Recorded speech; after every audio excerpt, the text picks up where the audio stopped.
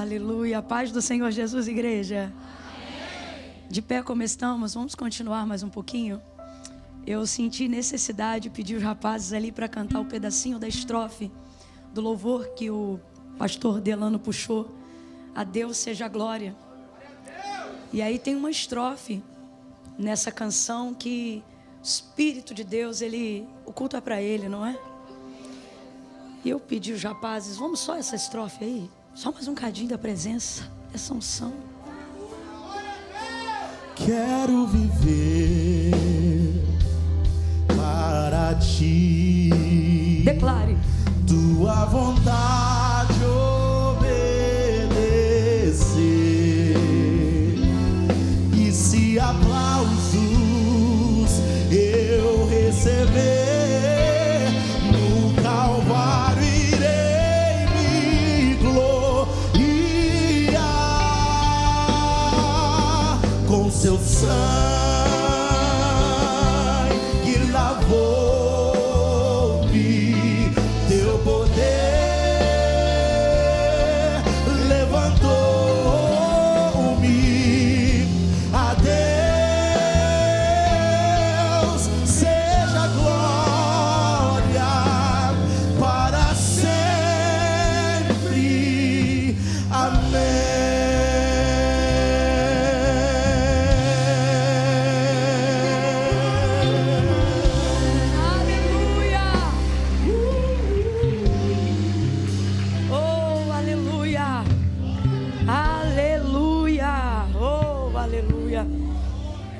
A paz do Senhor Jesus, igreja. Amém. Quero render graças ao Senhor por essa oportunidade.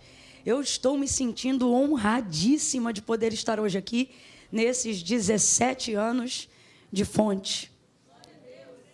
Deus fez algo comigo que não são todos os dias que Ele faz, mas Ele me conduziu aqui de uma maneira que, em obediência, eu vou executar aquilo que Ele falou, porque Ele é o Senhor, né?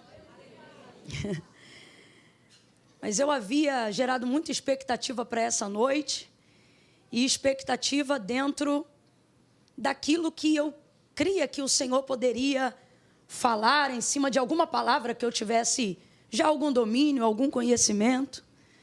Mas o Senhor me abriu a visão hoje aqui, e eu vi tantas águas, tantas águas, tantas águas. E acredite, numa visão aberta, enquanto eu falo com vocês, eu vejo águas e águas e águas.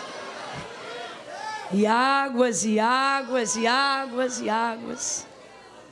Tem muita água aqui. E diante dessa visão, imediatamente o Senhor me saltou aos olhos algo que eu não havia programado. E talvez você pense, Camila, o que tem? Abra a Bíblia e pregue. Só que, humanamente falando, a gente percebe quando as pessoas geram uma expectativa em cima de um perfil de assertividade de mensagem que você entrega. Então, é um desafio humano.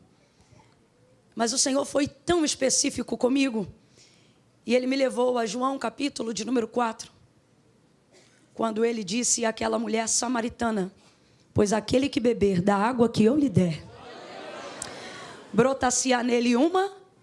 E eu senti que Deus também quis homenagear a fonte nessa noite. João, capítulo de número 4. Abra comigo sua Bíblia aí. Evangelho de Jesus, segundo escreveu João, capítulo de número 4.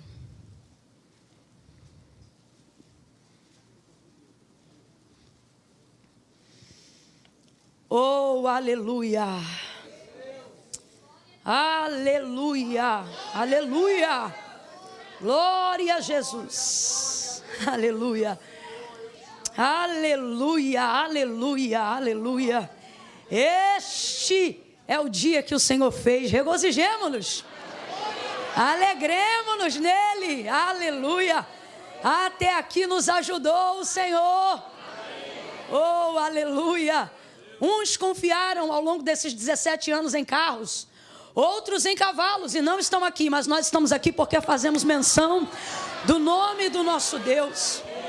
Ao longo desse período, certamente, uns encurvam-se, outros caíram, mas nós nos levantamos e estamos de pé. Glória a Deus! É motivo de muita celebração, aleluia. João capítulo de número 4, versículo de número 6 em diante. Quem achou, diga amém. Amém. Estava ali a fonte de Jacó.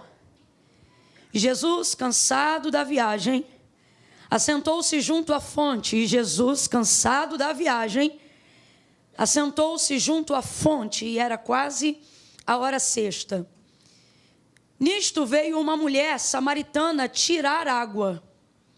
Jesus lhe disse: dá-me de beber. Seus discípulos tinham ido à cidade comprar comida, versículo 9. E disse-lhe a mulher samaritana: como sendo tu judeu, pedes de beber a mim, que sou mulher samaritana? Pois os judeus não se comunicavam com os samaritanos.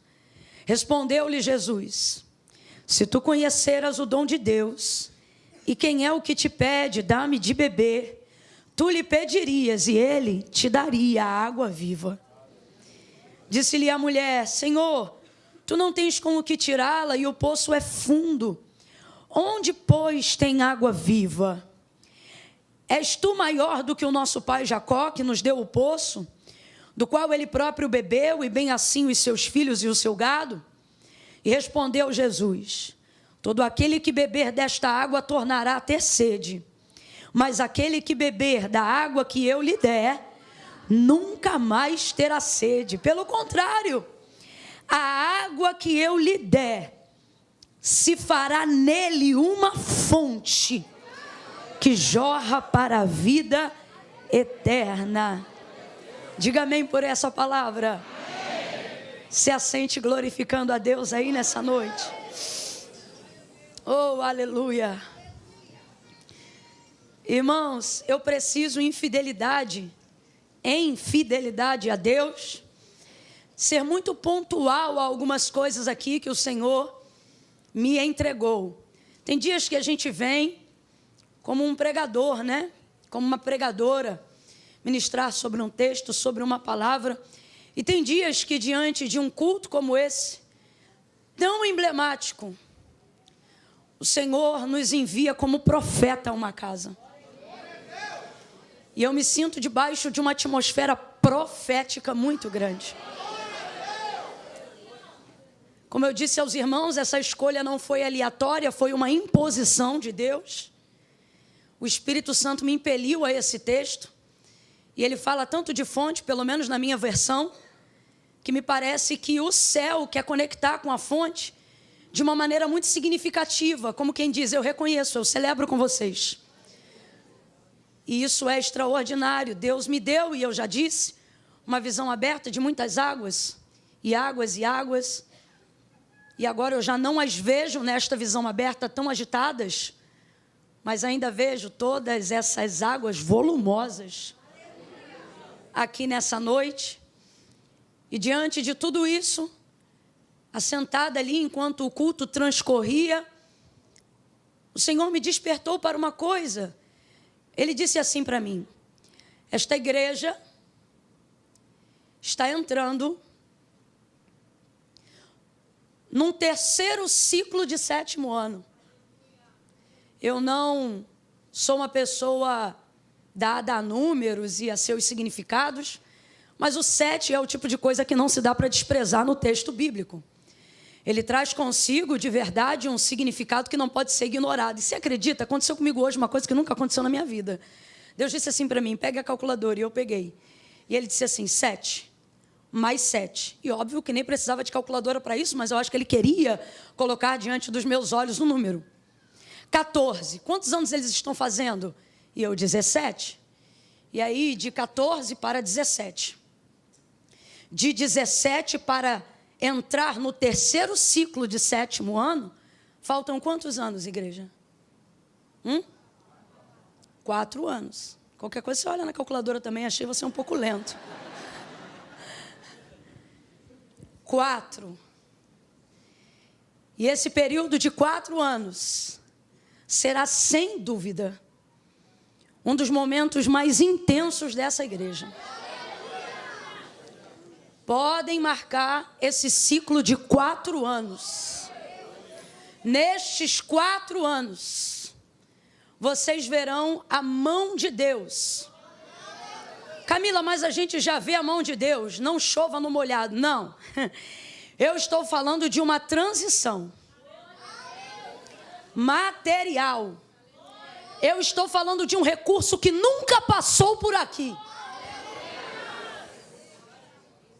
Essas águas que o Senhor me mostrava de maneira muito agitada dentro desta casa, era o Senhor movendo este lugar. Inclusive, Deus me falou algo, não conheço o projeto de arquitetura, de engenharia da igreja, o local para onde vocês irão, já me foi falado, mas eu não conheço o que vai fazer naquele chão, o que vai fazer naquele campo, de que maneira que vai abrir. Se tem algum projeto, eu ainda confesso que não vi, mas o Senhor me mostrou claramente que uma das coisas que Ele vai plantar lá é literalmente uma fonte muito grande. Deus me mostrou, Ele disse, ao ponto de que as pessoas vão querer visitar para conhecer, para ver. Eu vi claramente que os batismos que vocês fazem na piscina, eles eram feitos fora do templo, na parte externa da igreja, mas era uma coisa. Então, pastor Delano, eu não sei se isso já estava no projeto, mas o Senhor me mostrou categoricamente o batismo acontecendo ao ar livre, num lugar de fonte, com muitas águas, e não vai ser fácil não. Construir um negócio desse, numa estrutura dessa, não sei se tem canal de água onde vocês vão fazer lá, mas o Senhor vai mandar muitas águas, águas e águas. E eu via esse lugar tão bonito, gente, a ponto de gente que não é crente, tem nada a ver com crente, nem gosta de crente, dizendo assim, me leva lá para eu ver aquele negócio que falaram lá, que eu vi na foto. Sabe? Uma coisa tão linda, tão linda. E eu creio que assim como Jesus, muitos cansados da viagem vão descansar nessa fonte. Muitos que buscam a água viva serão atraídos ao cheiro dessas águas que vão jorrar. Nesse período de 4 anos, Deus vai fazer coisa que precisava de uns 8. Mas Deus está dizendo, vou eu mover em 4. Vocês vão ver coisas que nunca viram. Vão ver um mover sobrenatural. E é o Senhor movendo, viu? E aí eu não estou dizendo já que foi Deus que falou, foi meu coração que desejou. Se depois acontecer, está registrado, a gente cola na imagem. Mas eu preciso ser sincero, não posso dizer, assim diz o Senhor. Vou falar do que o meu coração desejou diante daquilo que eu vi. E mais impossível do que isso, eu nem imagino. Mas eu falei, Jesus, já pensou se daqui a 4 anos... Quando fechar esse ciclo de 7, que a gente está entrando agora, a gente já estiver nesse lugar que vocês estão orando. Não, olha aí para o teu irmão, que agora sou eu que estou falando. Olha para ele e diz assim, esquece. Que é isso, irmão? Aí o inimigo vai ficar tonto, até os amigos não vão entender nada. Vão dizer, o que houve? Porque o Senhor está preparando esta igreja para coisas muito maiores do que nós mesmos.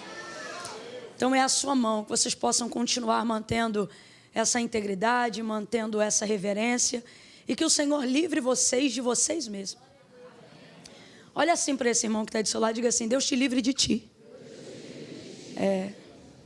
Porque a Bíblia diz que aquele que é de Deus, o maligno não, mas de dentro para fora, só a mão de Deus e o temor do Senhor pode te guardar. Então que o Senhor te livre de você mesmo, da vaidade de se achar melhor do que os outros, do orgulho da santidade, de achar que você é mais separado do que os outros. Que o Senhor te guarde de ti mesmo. Aleluia. Bom, o texto que nós acabamos de fazer menção nessa noite, fala sobre a retirada de Jesus da Judeia, retornando para a Galileia. É interessante ver no ministério de Jesus, uma vez que é um ministério de tanto avanço, né, de tanta grandeza, perceber rotas de volta. Parece até que não combina na história de quem quer crescer, na história de quem precisa conquistar, na história de quem tem um prazo aparentemente tão curto para impactar o mundo, repetir ou retornar a rotas que já se passou. Refazer coisas que já fez, voltar em lugares que já foi. Isso parece uma perda de tempo. Parece uma coisa que não combina, mas a verdade é que quando você avança e você está em obediência, cumprindo aquilo que Deus falou, ainda que Deus lhe mande retornar a lugares que você já foi, a pessoas que você já conheceu, a verdade é que o lugar não é mais o mesmo, porque você não é mais o mesmo. Então é necessário, às vezes, que haja uma volta e um retorno, não para recalcular a rota. A gente tem que parar com essa ideia de achar que toda volta é um recalcular, de que toda volta é uma correção, de que toda volta é um retrocesso. Irmãos, debaixo de uma direção de Deus, até voltando a gente avança. Agar que o diga no deserto, quando fugiu de Sara, porque ela a espizinhava em razão da sua gravidez de Ismael, pensando que ia morrer naquele deserto, o deserto de Sur. Ela vai ver o Senhor, ela vai dizer: Eu Roi, vi o Deus que me vê. Qual é a palavra que o Senhor vai entregar para ela? Perdão, a primeira ocasião é a do anjo. E qual é a palavra que o Senhor vai entregar para ela? Agar, volta pelo caminho que tu vieste, te humilha debaixo da mão da tua senhora. Agora veja, Deus foi com Agar. Ele disse: olha, do menino que está no teu ventre, eu também serei com a descendência dele. Eu vou cumprir a palavra, porque ele é da semente de Abraão, e eu fiz com Abraão uma aliança. Então veja, deu o nome para o menino. Falou quem ele seria, como ele seria, falou sobre o tipo de vida que ele levaria, mas tudo isso não estava associado ao avanço de Agar, mas ao seu retorno à casa de Abraão. Ela não ficaria lá para sempre. Depois o Senhor iria cumprir a sua promessa, Gênesis 25, e 21, Sara iria dar à luz a um filho. E a própria Sara, dentro daquele novo contexto, ia pedir a Abraão que colocasse Agar para fora, e assim foi. Na primeira vez parada no deserto de Sur, teve que voltar, mas na segunda vez despedida, acabou indo para o deserto de Beceba, que significa lugar de fonte, de poço, lugar de recomeço. E ali ela viveu não só o renovo de ter sua própria casa, sua vida, como a libertação. Porque se não fosse Ismael e se não fosse ela ter retornado do caminho de Sur pela primeira vez, ela seria durante toda a sua vida uma escrava fugitiva.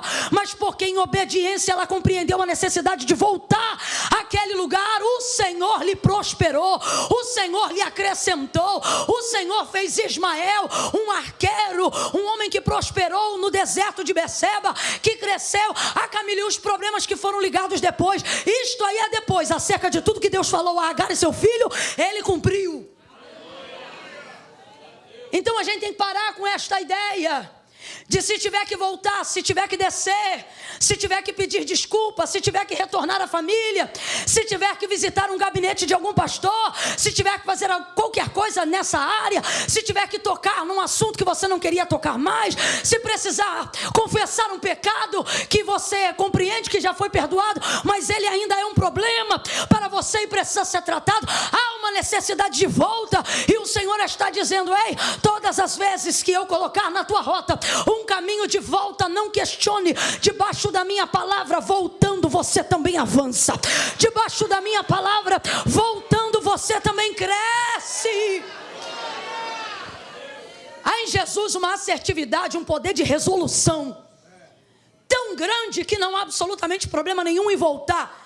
Até porque ele percebe que uma intriga entre os fariseus está surgindo ali no batismo de João. O texto diz que o próprio João revela que não era propriamente Jesus que batizava, mas os seus discípulos. E João batizava outros também, e eles faziam ali uma soma matemática sobre quem batizava mais, e isso chamava muita atenção. E para que o reino de Deus se manifeste, e para que haja crescimento, meu irmão, não pode haver competitividade. Aonde Jesus está, não pode haver competitividade. Tudo é dele. Mas não é coincidência, veja, João coloca um contexto que aponta para a motivação de Jesus em deixar a Judéia e voltar outra vez para a Galileia. Quando os fariseus ouviram que Jesus fazia e batizava mais discípulos do que João, se bem que Jesus não batizava, e sim os seus discípulos, ou seja, ao ouvir isso, ele deixou a Judéia e voltou outra vez para a Galileia. Segunda característica, isso não é uma fuga, mas é uma estratégia. Porque Jesus sabe que eles estão já à espreita para remir o tempo de sua crucificação. Ele sabe que as suas horas são chegadas, mas ele está ainda no início do período de 3 anos e meio de cumprimento ministerial. Então ele precisa de estratégias. Segunda coisa, Deus está dizendo a alguém: nem toda volta é uma fuga. E nem toda fuga precisa estar coberta de vergonha. Camila, e que nome nós daremos a isso então? Estratégia. A palavra de Deus é muito clara e Salomão disse assim: levantando-se contra ti o espírito do governador, não saia do teu lugar. As pessoas observam esse texto e elas pensam que devem peitar aquilo que as confronta. Mas na verdade o que ele está dizendo, haja vista que o contexto fala de um servo e do rei, ou de alguém menor e alguém hierarquicamente como um governador maior, ou alguém de posicionamento hierárquico maior. O que ele está dizendo é: diante daquilo que você não tem poder para dar ultimato, você não peita. Maria carregava o próprio Filho de Deus. José já estava em concordância. Essa família já estava debaixo de autoridade e legitimidade. Maria gerava pelo Espírito, carregava Jesus Cristo e estava coberta pelo Altíssimo. Mas depois de seu nascimento, em razão de tudo aquilo que estava acontecendo na matança das crianças, o que o anjo disse para ela: desce ao Egito. Se esconde lá. Se esconde lá. Estamos vivendo um tempo, igreja, aonde estratégia será fundamental para a manutenção do ministério. Estamos vivendo um tempo que não será sempre peitar e ir para cima a estratégia de Deus. É necessário sabedoria, é necessário compreender. Não a hora de retroceder, troque essa palavra, mas a hora de recalcular, igreja. Grandes homens de Deus fizeram isso. Paulo tinha a melhor das intenções ao fazer uma travessia muito importante. Ele dizia: é para ministrar a palavra, é para ministrar a palavra. Mas o texto diz que o Espírito do Senhor lhe resistiu, lhe impediu, para que ele não desse continuidade a uma jornada que era missionária. Eu disse que a jornada era o quê? E ele estava fazendo toda ela para a glória de? Só que aquilo abreviaria o tempo de sua morte, que já estava determinado pelo próprio Senhor, mas que não seria naquela ocasião. E por isso o Senhor lhe impediu. Eu não estou dizendo que não estamos prontos para morrer, só que se estamos de fato prontos para morrer, por amor ao Evangelho, que seja para a glória de Deus e não para a vaidade da nossa santidade, do nosso orgulho.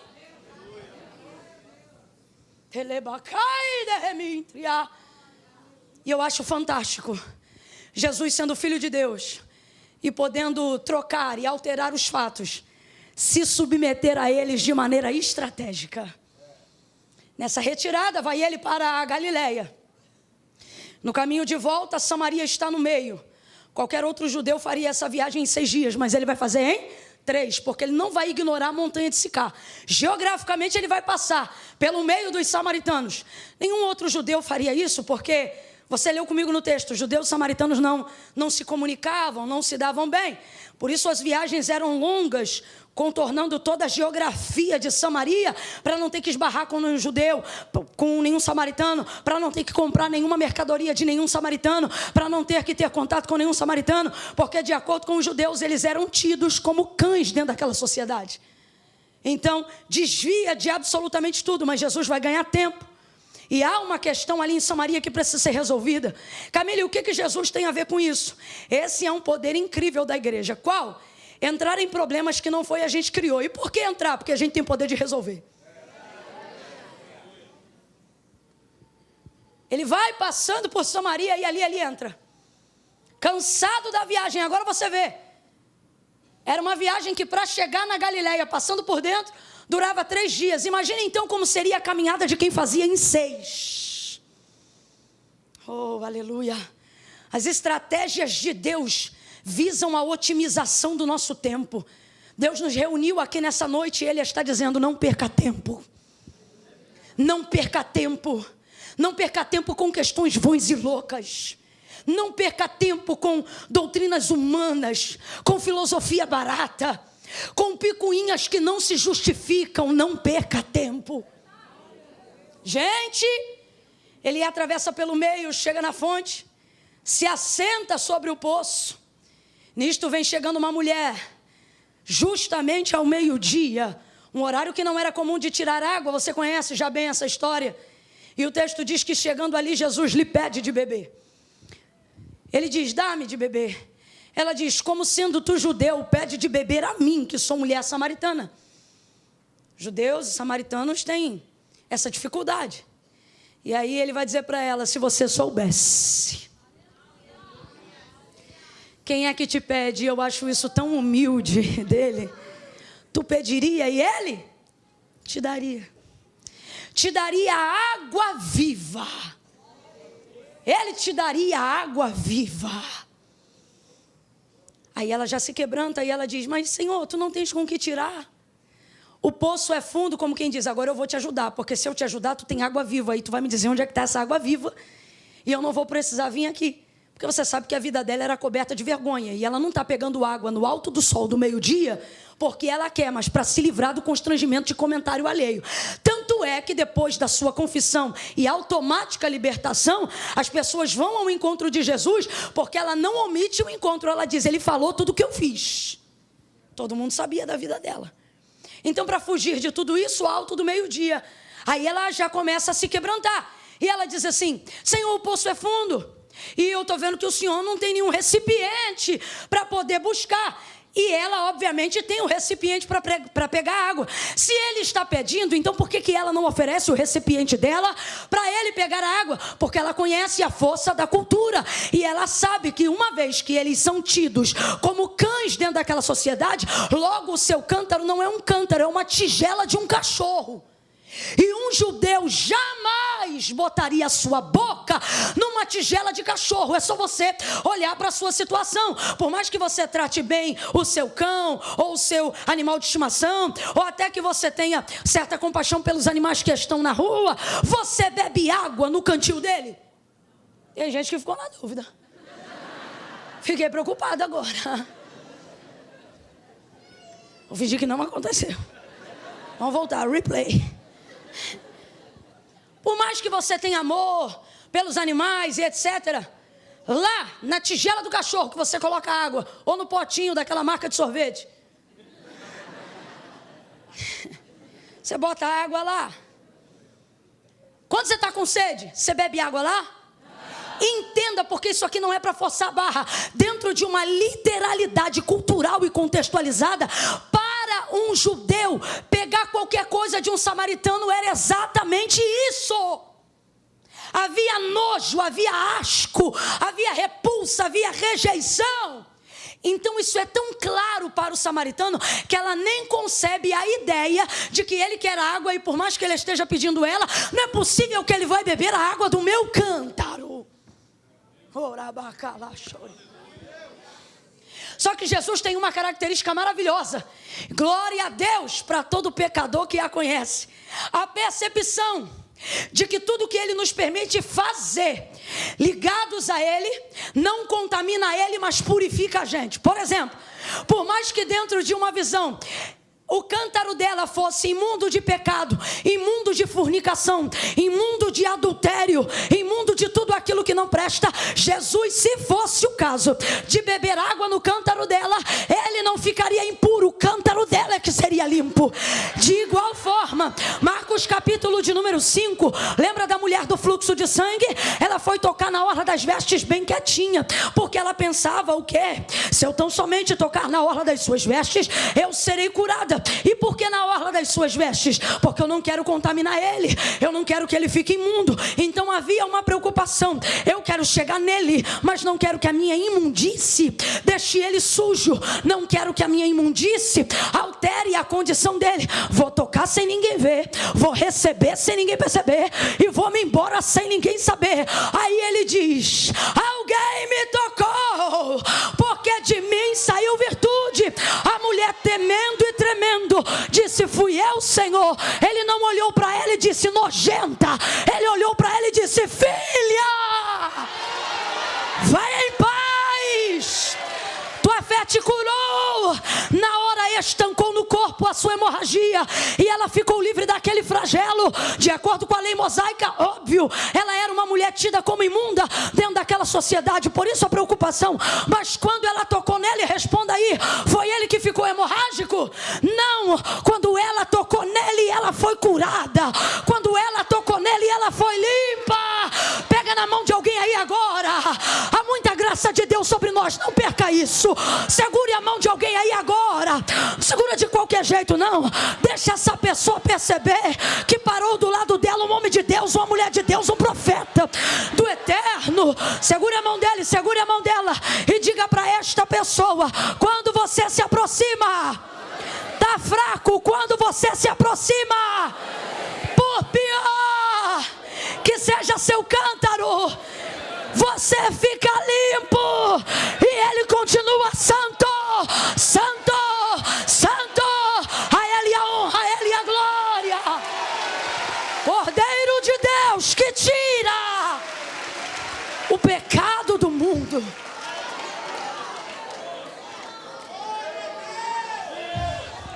Quer beber água no teu cântaro? Ei, ei, ei, ei. Jesus quer beber água no teu cântaro. Jesus está sugerindo que o que ele quer fazer para se realizar vai usar você. Vou falar de novo. Jesus está dizendo que o que ele quer fazer para se realizar tem nisto o seu uso, tem nisto o que você é, tem nisto a sua pessoa. Parece até uma coisa meio louca. Como é que a água viva senta em cima da fonte? Se você for olhar espiritualmente, é uma fonte sentada em cima de outra. Oh, meu Deus do céu. Está lá. Se você me pedisse, eu te daria, e daria mesmo. E esse é um dos textos mais incríveis para mim, dos primeiros milagres e cruzadas e libertações que Jesus realizou, porque ele fala de água o tempo todo. Ele fala de água o tempo todo. Ele fala de cansaço, ele fala de sede. Eles estão em cima de um poço, mas a última coisa que tem nesse texto, sabe o que é? Água. Ele chega falando de água, está cansado querendo água. Ela foi lá buscar água, ela também quer beber água, ela também quer levar água, eles conversam de água. No final ninguém bebe nada, sai todo mundo saciado. Oh, meu Deus do céu. Aleluia, aleluia.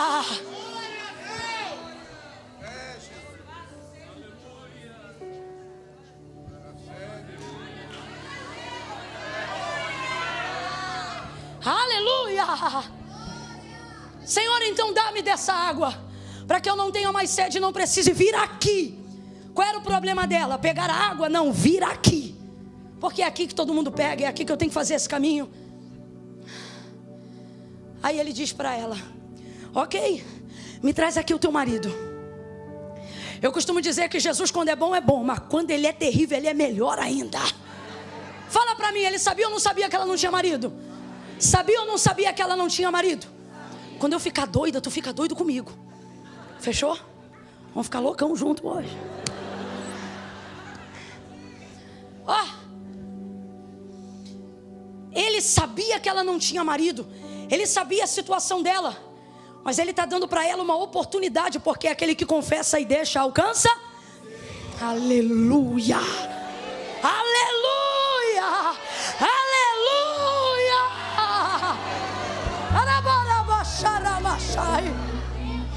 Aleluia.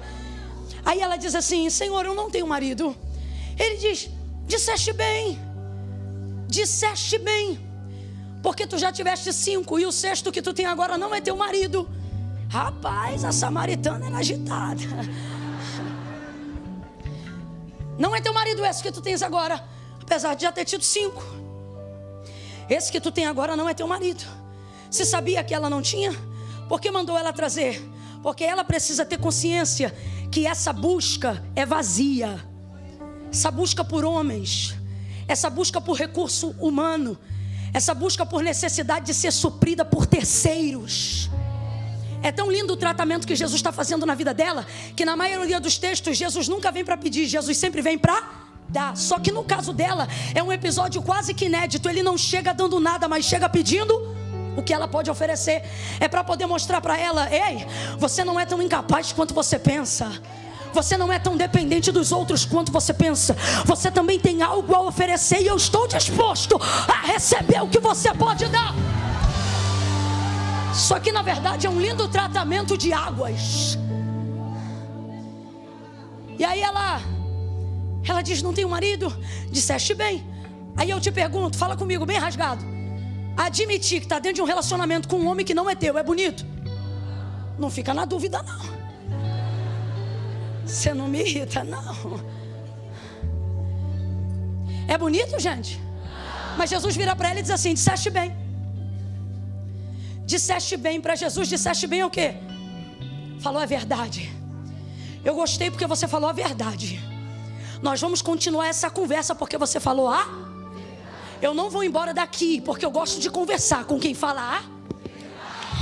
Eu vou completar essa obra porque diante do confronto você falou a. Diante da vergonha você falou a. Diante dessa situação aqui você não correu, você não mentiu, você não quis manter o status social, você não ficou preocupada com patrocínio, com arroba, com número de seguidores, com o que é que vão dizer, o que é que vão pensar. Eu vou continuar essa conversa contigo aqui porque você falou a verdade. Agora vamos embora falar. Mais suja do que ela era difícil, mais complicada do que ela era difícil, mas Jesus desenrola mó papo com ela lá. E eu acho isso incrível, porque tinha tanto doutor na sinagoga com quem Jesus poderia debater uma tese, tanto catedrático, tanta gente poderosa com quem ele poderia conversar, mas ele não dedicou nem 5 minutos aos fariseus. Quando Herodes que conhecê-lo, ele disse: fala para aquela raposa que eu não vou dedicar tempo para ela não, estou parafraseando. Veja, com pessoas que aparentemente eram extraordinárias, mas eram hipócritas, Jesus não deu nem 1 minuto de atenção, a não ser que fosse para repreender, conversar numa boa. Agora essa mulher, toda alanhada pela vida, ele fica lá com ela. Os discípulos chegam, olham e ficam: o que está rolando ali? Porque ela falou a? Porque ela falou a? Sim, nossos pecados nos separam de Deus, mas é a nossa hipocrisia em confessá-los que nos mantém distante. Se nessa noite você falar a, Jesus não vai se ausentar dessa conversa até completar a obra na tua vida. Jesus não vai se ausentar da tua família até transformar os teus filhos. Jesus não vai se ausentar da tua vida até moldar o teu caráter. Ele está dizendo: fala a verdade porque eu trato com a verdade, eu liberto na verdade, eu te posiciono na verdade. Conhecereis a verdade e a verdade vos libertará. Fala a verdade. Eu vou contar de 1 a 3, você vai olhar para alguém e vai dizer para esta pessoa: fala a verdade. Prepara aí. É 1, é 2, é 3. Diga a verdade. A verdade. Por mais constrangedora, diga a verdade. Por mais vexatória, diga a verdade. A verdade. Qualquer covarde pode pecar, mas só um corajoso é capaz de confessar. Fala a verdade. Fala a verdade. Aí ela fica constrangida porque acabou de confessar. Irmãos, confessar, quando um pecador se arrepende, tem festa no céu. E na terra, Camila, constrangimento. A festa é no céu, irmão, porque olha, não é fácil não. Você chegar num culto como hoje, uma palavra dessa que te confronta, e você chegar aqui diante de Deus em oração, ou marcar um gabinete aí para essa semana ainda, dizendo, eu vou contar, eu vou para cima, lá no céu, eita, é anjo voando, é música rolando, é festa, é comentário, mas aqui na terra tem que ter coragem. Aí ela diz assim, ainda que constrangida, ela diz assim, Senhor, eu vejo que és profeta. Ficou exposta. Quando ela ficou exposta, ela diz, Senhor, eu vejo que é profeta. Vejo que és profeta. Aí ela continua, eu sei que o Messias vem. Quando ele vier, ele vai nos ensinar tudo. Parece até que ela está dizendo, não desce arrepio em mim não, porque uma coisa é você ser profeta, outra coisa é você ser o Messias. Brabo é quando o Messias é profeta. E é o caso dela. Aí ela diz assim, como quem quer esclarecer uma dúvida, me responde uma coisa. Os judeus dizem que a gente deve adorar no templo, mas nós samaritanos adoramos no monte. Onde é, pois, então que se deve adorar? Parece até que ela está fugindo da conversa, gente, mas ela não está. Ela continua no mesmo assunto.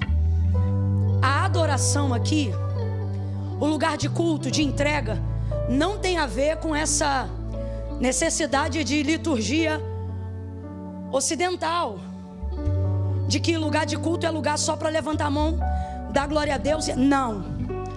Culto foi instituído por Deus a Moisés dentro de uma liturgia onde Deus definiu como queria ser adorado. E um dos critérios que ele estabeleceu para receber tal devoção era que ninguém se apresentasse diante dele com as mãos. E essas ofertas, elas eram específicas, não a nível de valores, de preço, mas de significado. Por exemplo, se você pecou e reconhece o teu pecado, você vai se achegar com 1 ou 2 bodes. Se for ações de graças e você não tiver dinheiro, você pode trazer alguns cereais específicos, algo que não custa muito caro, apenas uma procura e não necessariamente um preço, para que todos fossem colocados de maneira igualitária no culto como adoradores. Adorador, então, é identificado por Deus como aquele que reconhece a necessidade da entrega de um sacrifício de maneira racional por aquilo que fez, seja de bom ou seja de ruim. Todos estão dentro dessa liturgia, então preste atenção. Quando ela diz aonde é que se deve adorar, escuta isso aqui. O que ela está na verdade perguntando é: aonde eu levo oferta para a expiação desse pecado que eu acabei de confessar? Para o meu perdão ser legitimado, para Deus receber, eu vou para o templo ou eu vou para o monte? Agora abre um parênteses. Ela sabe que no templo ela não entra, porque ela é uma mulher e porque ela é samaritana. Então na verdade o que ela está dizendo é o seguinte: Senhor, eu estou numa sinuca de bico, porque os judeus dizem que a gente nunca vai ser perdoado, porque o único lugar de receber perdão é em Jerusalém, no templo. Completa aí para mim, por favor. É em Jerusalém, no... E eles dizem que a gente faz tudo errado adorando aqui no monte, porque o monte foi um jeitinho que eles criaram depois que pecaram, haja vista que não podiam mais entrar no... Quem não pode se submeter a um sacerdote verdadeiro rapidamente cria um meio falso. E foi isso que os samaritanos fizeram. Então olha o dilema dela: eu quero confessar, eu quero zerar isso na minha vida, mas como é que eu vou fazer isso? Eles dizem que a salvação é lá, nós só temos essa possibilidade aqui. Aí Jesus aperta o ciclo dela. Você sabe por quê? Ele diz assim: tu sabes que a salvação vem dos judeus. O que ele está respondendo? Óbvio que o Messias vem de lá, mas o que ele está dizendo acerca do que ela perguntou? Para ser recebido o teu sacrifício e o perdão liberado, você teria que levar essa oferta, ou seja, essa adoração no templo. Mas ele sabe que no templo ela não entra, mas ele continua. Quando ele diz que para receber deveria ir para o templo, o que ele está dizendo é o quê? Para receber teria que ir no templo, mas no templo você não entra. Se é no templo o lugar certo de sacrificar, o que ele está dizendo é: no templo você não entra e no monte é Deus que não recebe. Então olha a luta dessa mulher.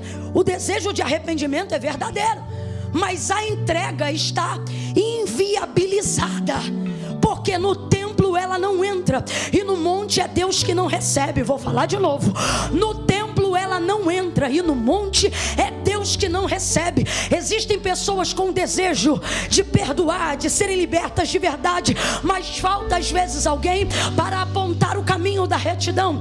Todo judeu que passava lá só passava para apontar e dizer o que eles fazem de errado. Jesus é a única pessoa, e eu amo isso, ele não só aponta o que está errado, mas ele diz como é que faz para consertar. E aí ele vai dizer para ela: mulher, crê que a hora chegou, ela já vem e fala contigo agora, em que os verdadeiros adoradores não adorarão nem no templo e nem neste monte, porque Deus é Espírito, e convém que em Espírito ele seja adorado. Aí ela diz: quando o Messias vem, ele vai nos ensinar isso. Ele diz: sou eu que falo contigo agora. Jesus não está quebrando a lei, não, Camila, não, acredite, ele nunca quebrou a lei. Veja, para o seu perdão ser legítimo, do que ela precisa? De um sacerdote. Está diante dela o sumo. Segunda coisa, do que ela precisa? De um altar. Ora, não está Jesus assentado sobre a fonte de Jacó? Do que ela precisa? De um animal, de sangue. Ora, não é ele o cordeiro imaculado? Você precisa de um sacerdote, minha filha, eu sou o sumo. Você precisa de um altar, eu sou o Deus de Abraão, de Isaac e de Jacó. Está aqui o memorial. Você precisa de sangue, eu vou evidenciar lá na cruz, mas eu abro uma exceção para a sua recepção aqui agora, porque Deus é Espírito. Ele perdoa, ele libera ela entende a graça que lhe é revelada naquela hora.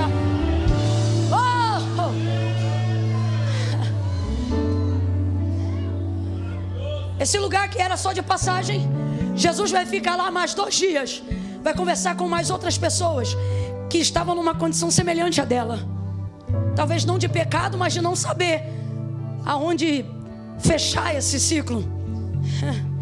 Mas o que me chama a atenção é a independência que Jesus promove nela, quando diz: aquele que beber da água que eu lhe der, brota-se-á nele uma fonte que vai jorrar para a vida eterna. Sabe quem era esse homem que ela tratava como se fosse marido, mas não era dela? Se você fizer as contas direitinho, você vai ver que ele era o 6º homem da vida dela. Tiveste 5 e o 6º que tu tem não é teu. Se ele era o 6º, Jesus era quem?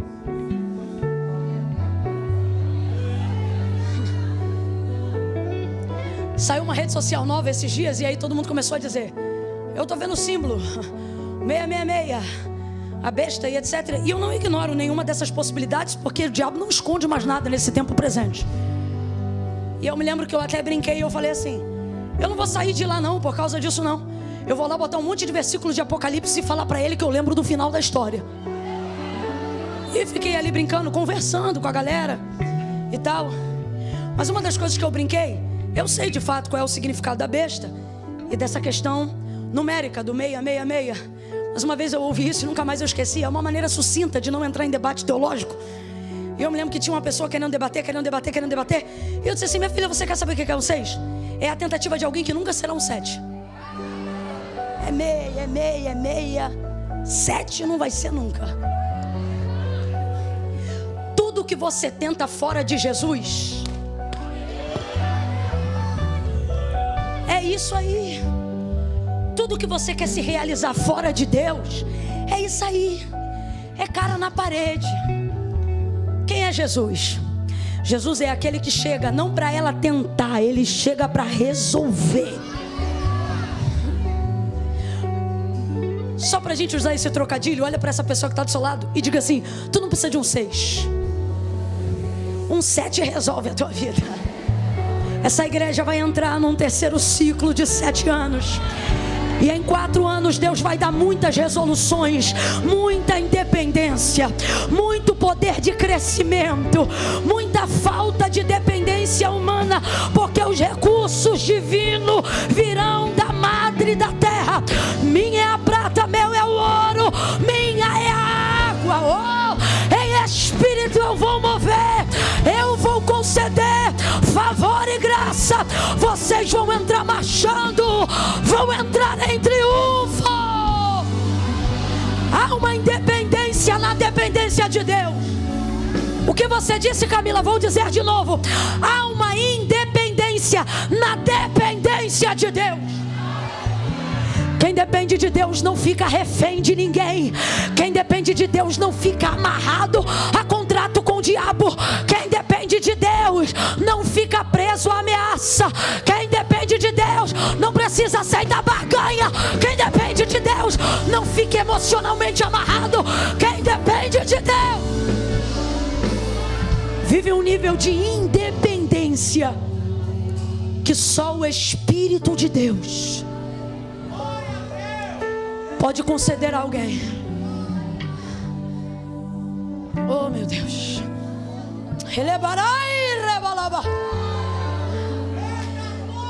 João capítulo de número 15. Meu pai é o agricultor, eu sou a videira, disse Jesus. Vocês são as varas. Toda vara que estando em mim e dá fruto, essa eu podo para que ela dê mais fruto. A poda é só para quem frutifica. O confronto é só para quem frutifica. A confissão é só para quem não desistiu de frutificar. Eu podo para que ela dê mais fruto. Agora, toda vara que estando em mim, completa aí para a gente encerrar junto. Toda vara que estando. Aí ele vai falar de uma segunda categoria de vara, mas essa segunda também está nele. Toda vara que estando em mim não dá fruto, essa eu não podo não, essa eu corto, lanço no fogo, lanço fora para ser queimada. Aí ele continua: se vós estiverdes em mim e as minhas palavras estiverem em vós, pedireis o que quiserdes. E eu não vou estudar sobre isso. Eu não vou fazer uma reunião sobre isso. Eu não vou levantar um conselho sobre isso. Irmãos, está na palavra, Jesus não mente. E foi Jesus que disse: se vocês estiverem em mim, as minhas palavras estiverem em vocês, se vocês permanecerem em mim, pedireis o que quiserdes, e o meu Pai vos concederá. Ouça isso. Ouça isso. Como pode, se o agricultor é Deus, se a videira é Jesus, e se todas as varas estão sendo cuidadas pelo mesmo agricultor, alimentadas pela mesma vide, se mantendo dos mesmos nutrientes, por quê? Se estão todas no mesmo lugar, umas frutificam e as outras não. Jesus explica logo em seguida. Porque não é sobre o quanto vocês estão em mim, é sobre o quanto eu estou em vocês. Eu vou falar bem rasgado que é para todo mundo entender. Num culto como esse, todo mundo aqui pode sentir a presença de Deus. Todo mundo. O crente, o não crente, o santo, o pecador. Deus pode ser discernido por qualquer um que deseja se aproximar e estar nele. Só que o que ele está dizendo é: a minha correspondência, a minha reação, a minha resposta não é apenas se você estiver em mim, mas é a forma que eu me vejo em você. Aí ele diz: estai, pois, vós em mim e as minhas palavras em vocês. Então o que ele está dizendo? A única maneira de eu me identificar em você é se eu perceber que em você está a minha palavra. Se a minha palavra estiver em você, eu vou me ver em você, Deus me verá em você. Oração de Jesus, João 17, ele vai dizer: não peço que os tire do mundo, Eles não são do mundo, como eu também não sou. Mas eu te peço, guarda eles do maligno. Assim como eu e o Senhor somos um, para que eles comigo também sejam. E assim todos nós, entenda, todos nós seremos com Ele. Quando Jesus disse, vou para o meu Pai, Filipe disse, apresenta Ele para a gente, mostra quem é o Pai. Ele diz, você ainda não viu? Quem vê a mim, vê o... Quem recebe a mim, recebe aquele que me enviou. Porque eu e o Pai somos...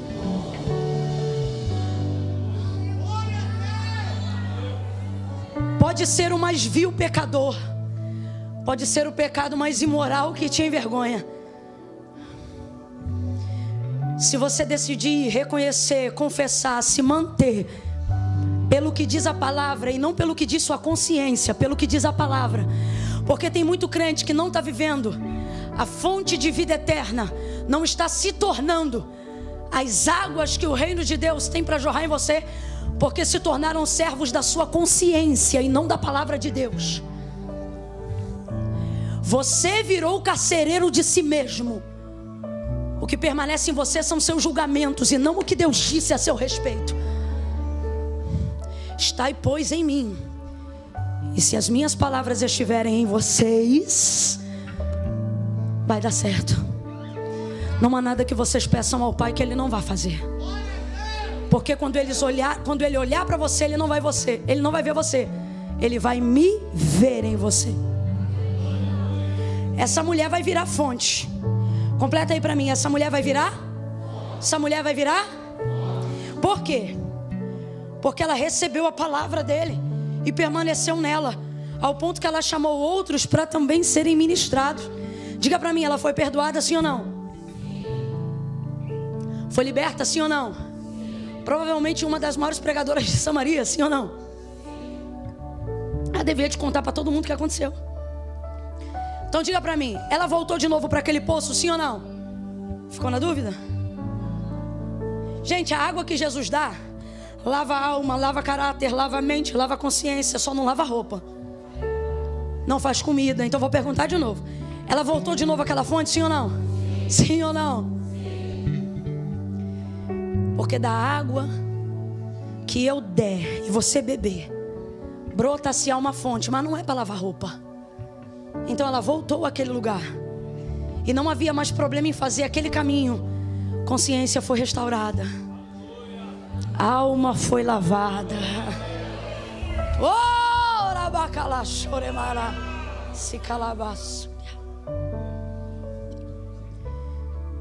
Virou um.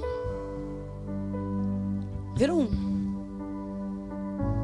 Traz aí a jarra para mim, por favor, e o copo. Ó.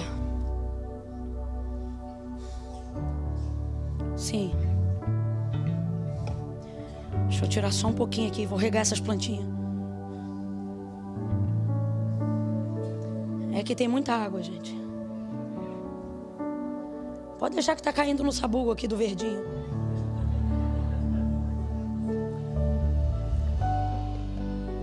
Olha como é que a gente chega.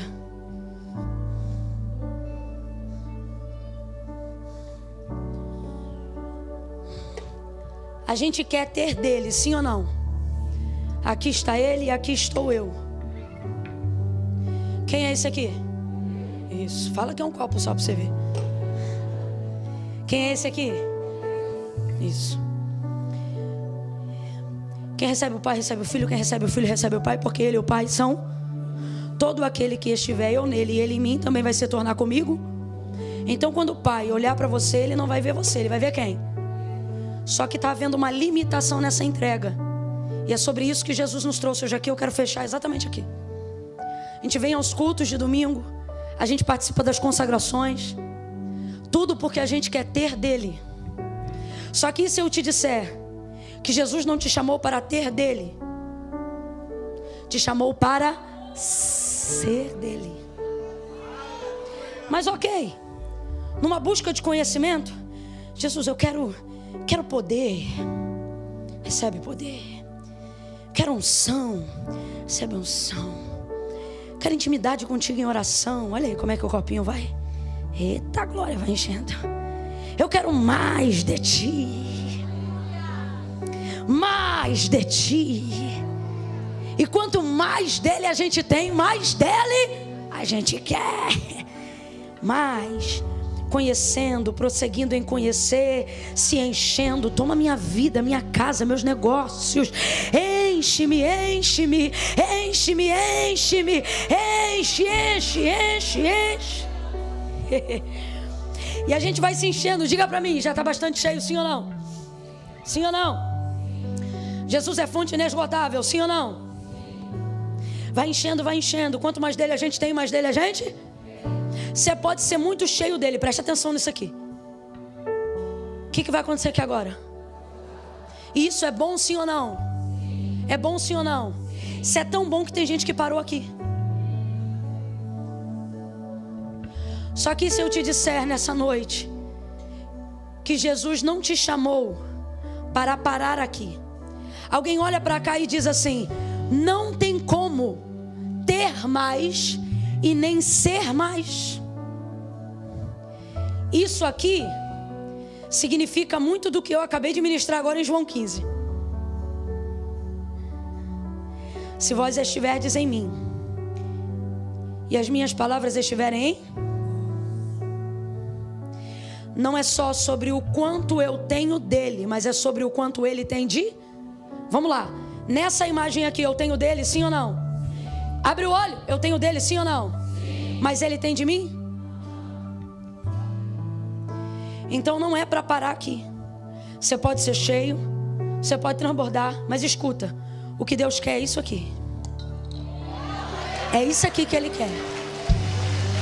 Ele quer que quando você for impor as suas mãos sobre alguém, Ele seja através das suas mãos.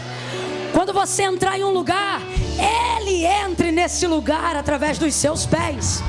Quando você for abraçar alguém, Ele quer abraçar essa pessoa através dos seus braços. Ele está dizendo: ter de mim é muito bom, mas é mais importante ainda que eu tenha de você. Eu preciso me ver em você. Eu preciso estar, não só você em mim, mas eu em você.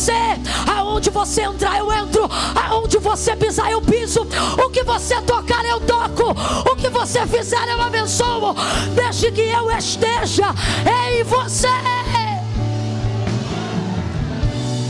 Quantos estão nele?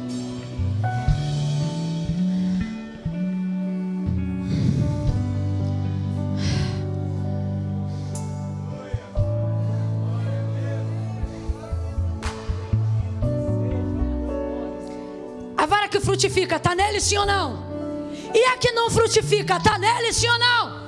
Então quantos estão nele?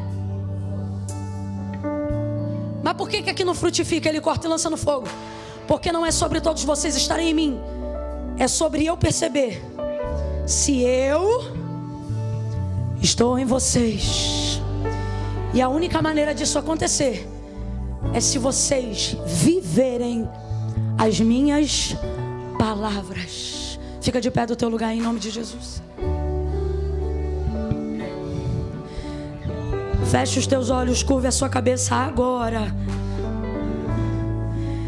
Não perca essa oração por nada. Pai, em nome de Jesus,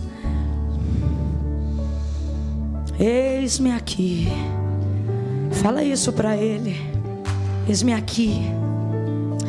Eis-me aqui porque preciso conhecer mais de Ti. Quero mais de Ti.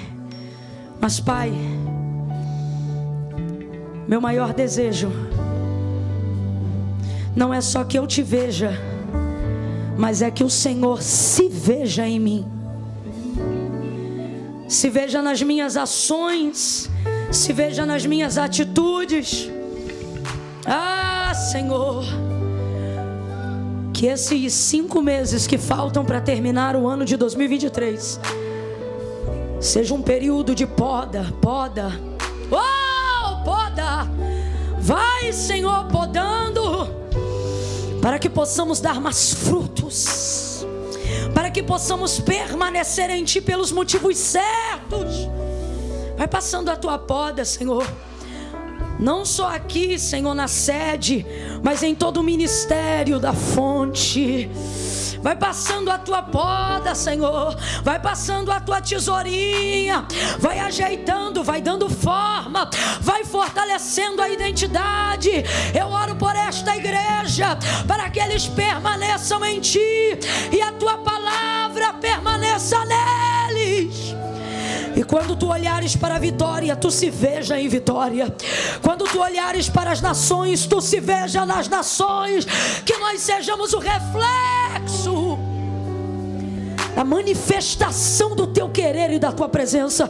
Nós oramos assim, Senhor. Em gratidão nós Te suplicamos. Preferimos ser podados em Ti do que abraçados pelo mundo. Preferimos ser confrontados por Ti do que envergonhados pelo inferno. Nós preferimos, nós desejamos, porque sabemos que Tu disciplina, castiga, corrige todo aquele a quem o Senhor ama. Poda, corrige, disciplina, mas não nos deixa sair da videira. Faz jorrar a água, nos dá independência das malignidades do mundo e dos homens, na dependência que estamos construindo em Ti. Essa é a nossa oração nessa noite, Senhor. Mais de Ti e menos de mim. Mais de Ti e menos de mim. Mais da Tua vontade, menos do meu querer. Mais da Tua palavra e menos dos desejos infundados. Em nome de Jesus, Pai. Quem concorda, diga. Não se mexa do seu lugar, de pé como estamos. Eu vou contar de 1 a 3 agora. No 3 vai levantar a mão. E somente essas pessoas que eu vou dizer agora vão levantar as mãos. As que hoje querem se tornar fonte. Camila, eu quero que jorre. Eu quero que Deus trate em mim o que tiver que tratar. Agora veja, a única forma de fazer isso é confessando.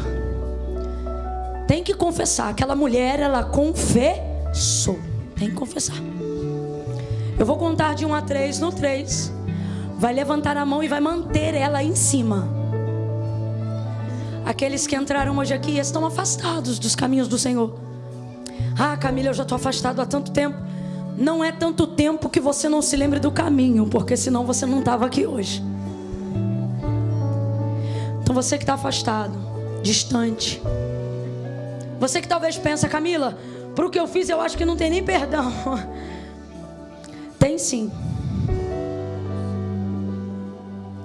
Se o sangue de Jesus te justifica, ninguém te condena. Se o Filho do Homem vos libertar, verdadeiramente sereis. Mas Camila, ele está aqui no meu coração. Desculpa, mas eu tenho que te falar a verdade. Não fui eu nem a igreja evangélica que inventou isso. Foi Jesus que disse: aquele que me confessar diante dos homens, eu também o confessarei diante do meu Pai que está no céu. Porém, aquele que se envergonhar de mim. A maioria das pessoas que amam a Jesus não fazem com Ele uma aliança, não porque não o amam, mas porque sentem vergonha das suas vidas, do que cometeram, das pessoas ao redor. E aí, Camila, o que eu faço com a vergonha? Mete ela no bolso e levanta a mão com vergonha e tudo. Por quê? Porque a vergonha é passageira, mas a sua salvação é eterna. Teu nome vai estar escrito no livro da vida ainda hoje. Ele está lá. Nós vamos orar por você, para que você não seja parte do corte, mas parte da poda. Eu conto 1. Fonte, comece a orar agora. Senhor, toda timidez, toda covardia, tudo aquilo que atrapalha, joga por terra. Eu conto 2. Camila, eu vou ter que levantar a mão? Vai.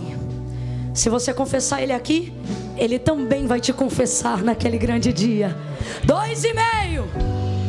Camila, sou eu. É você? Você sabe que é você? 3, levanta a mão lá em cima e sustenta ela aí. Isso. Entrega o teu caminho ao Senhor. Confia nele. Segura a mão aí. Isso. E o mais ele fará. 1, 2, 3, 4, 5, 6, 7, 8, 9, 10, 11, 12, 13, 14, 15, 16, 17, 18, 19, 20, 21, 22, 23. Você que está de mão erguida, só sacode assim, ó. Só sacode. Continua sacudindo até alguém daqui da igreja colar aí no teu lado. Você que é daqui da igreja, cola do lado de alguém que está sacudindo a mão aí agora. Você que é jovem, procura uma jovem. Você que é um jovem, procura um jovem. Lá na galeria tem gente, vambora. Se você é da igreja, caça alguém aí. Ninguém sozinho, gente. Ninguém sozinho, ninguém sozinha. Vai. Tem transmissão ao vivo. Você que está em casa, que quer entregar a tua vida para Jesus, se você tem acesso ao chat, escreva aí agora: eu quero Jesus. Eu quero Jesus. E eu vou entender isso como sua confissão pública de fé aí na internet. Camila, eu estou assistindo, mas eu não tenho acesso ao chat ao vivo. Dobra teu joelho aonde você estiver agora e diga: eu reconheço Jesus como o único e suficiente Salvador da minha vida. E nós vamos orar por você aí agora. Chegou alguém aí do teu lado? Chegou? Camila, não chegou ninguém aqui no meu não. Não? Tem 2 ali em cima, 3 que ainda não chegou ninguém, gente. Corre lá. Tá lá, ó, varoa lá, sozinha lá atrás. Agarra ela lá. Uma irmã, é claro. Tem um moço, ó, um homem lá, ó. Tá indo? Tá chegando? 7 no chat. Glória a Deus. Ei, aleluia. Chegou aí? Chegou aí? Amém. Senhor, em nome de Jesus, nós te louvamos, te agradecemos. A tua igreja te glorifica, te bendiz, te exalta, porque tu és o mesmo ontem, hoje e eternamente. Tu és aquele que salva, batiza, cura e leva para o céu. O Todo-Poderoso, o Messias, o Cordeiro de Deus que tira o pecado do mundo.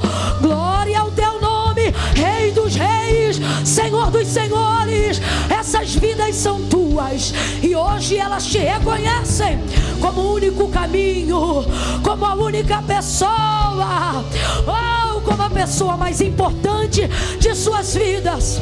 Elas reconhecem que não podem ficar nem mais um dia distantes da tua presença. Recebe diante de ti, perdoa os seus pecados, escreve o nome delas no livro da vida. Nós ministramos sobre eles e sobre elas a alegria, alegria, alegria, alegria, alegria, alegria, alegria, alegria, alegria da salvação. Glorifica o teu nome, Jesus, na vida de cada uma dessas pessoas. Firma os seus pés sobre a rocha, em nome de Jesus. Quem concorda, diga. Se você está perto de uma delas, dá um abraço bem forte. Isso, bem forte. E a igreja aplauda o Senhor. Dê a melhor salva de palmas que você puder. A melhor, essa é a melhor. É a melhor. Assembleia de Deus, fonte de vida. Mistura essas palmas com glória a Deus e aleluia. Deus abençoe.